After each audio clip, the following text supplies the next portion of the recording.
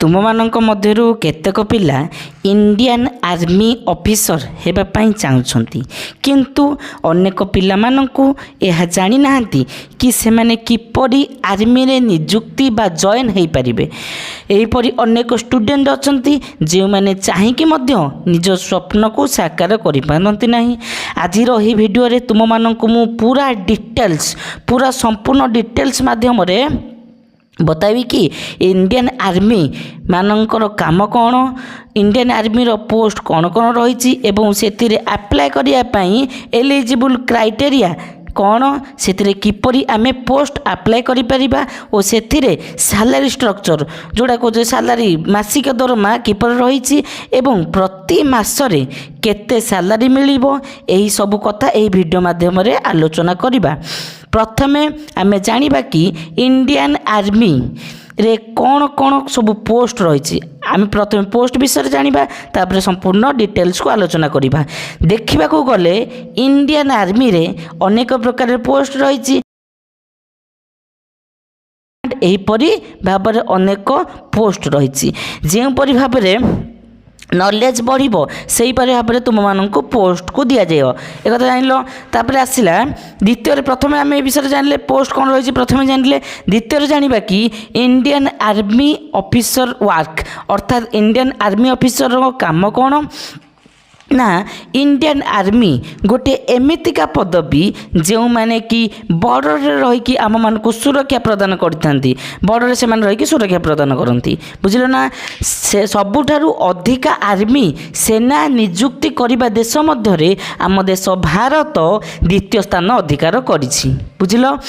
तो तृतीय आम देखा eligibility criteria for Indian Army. Indian Army रे जॉइन करने आम मानकर एलिजिबिलिटी क्राइटेरिया कौन कौन रहा आवश्यक।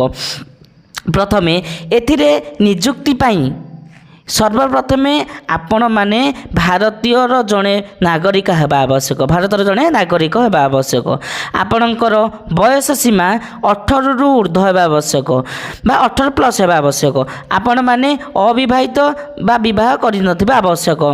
आपण दशम किंबा +2 पास करबा आवश्यक। आपण मानकर हाइट 165 रु अधिक हेबा आवश्यक। आपण मानकर ओजन 50 केजी रु अधिक हेबा आवश्यक। आपण मानकर छातीर ओसार सबुठार कम देखिया गले 77 सेंटीमीटर 77 सेंटीमीटर हेबा आवश्यक, तार ऊर्ध्व हेले चलिबो। ओ आपणकर संपूर्ण भाव में शारीरिक मानसिक सुस्थ हेबा आवश्यक।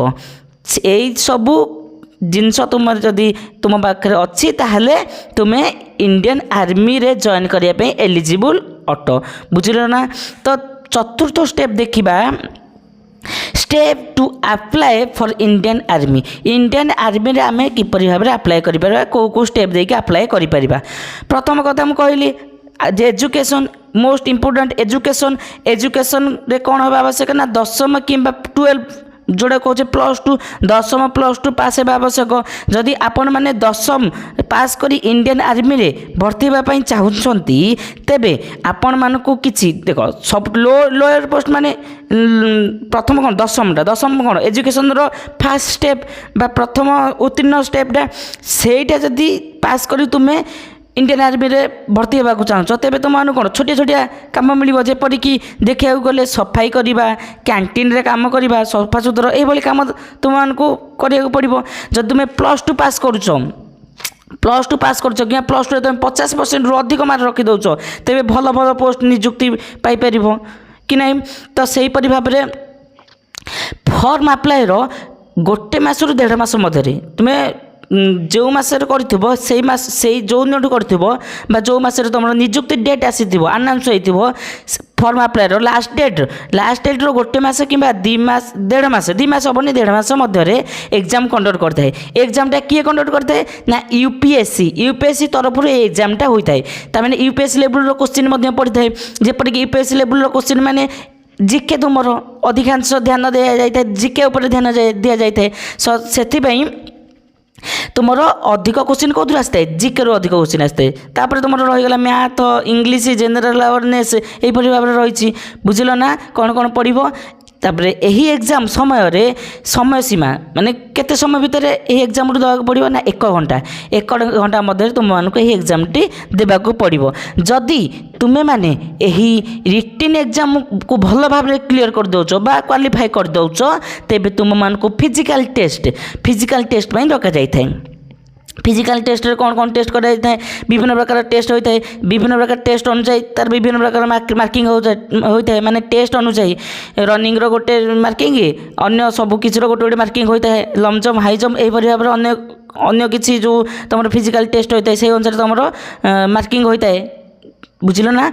तो से जो रनिंग आसूची रनिंगटा तुम मानक 1600 मीटर अर्थात 1600 मीटर रनिंग करिया पड़ो केते समय मध्य तार गोटे समय सीमा थाए केते समय मध्य ना 5 मिनट 40 सेकेंड मध्य तुम मानक 1600 मीटर रनिंग करिया पड़ो बुझल ना। जदि तुम माने फिजिकल टेस्ट क्वालिफाई कर दौच मनकर जड़े फिजिकल टेस्ट क्वालिफाई करदेला ताने सी कौन डाके मेडिकल परवर्ती स्टेपटा हूँ मेडिकल टेस्ट प्रथम रिटिन तापर फिजिकल टेस्ट तापर आसूँ आम मेडिकल टेस्ट ताने जड़े जदि फिजिकल टेस्ट क्वालिफाई कर दौची तेज मेडिकल टेस्ट को डक एथिरे तुम मानकर आखि कान ब्लड ग्रुप एवं गोड़ हाथ आदि सबको पूरा निरीक्षिकी देखा जाए श्रवण शक्ति दृष्टि शक्ति गोड़ हाथ कौट फ्रैक्चर होती कि नहीं सबको पूरा निरीक्षिकी देखा जाए। तुम जदि से फ्रैक्चर है तुम गोड़ जदि होती ताहले तुम निजुक्ति हो पार ना बा ता परवर्ती स्टेप को जापर ना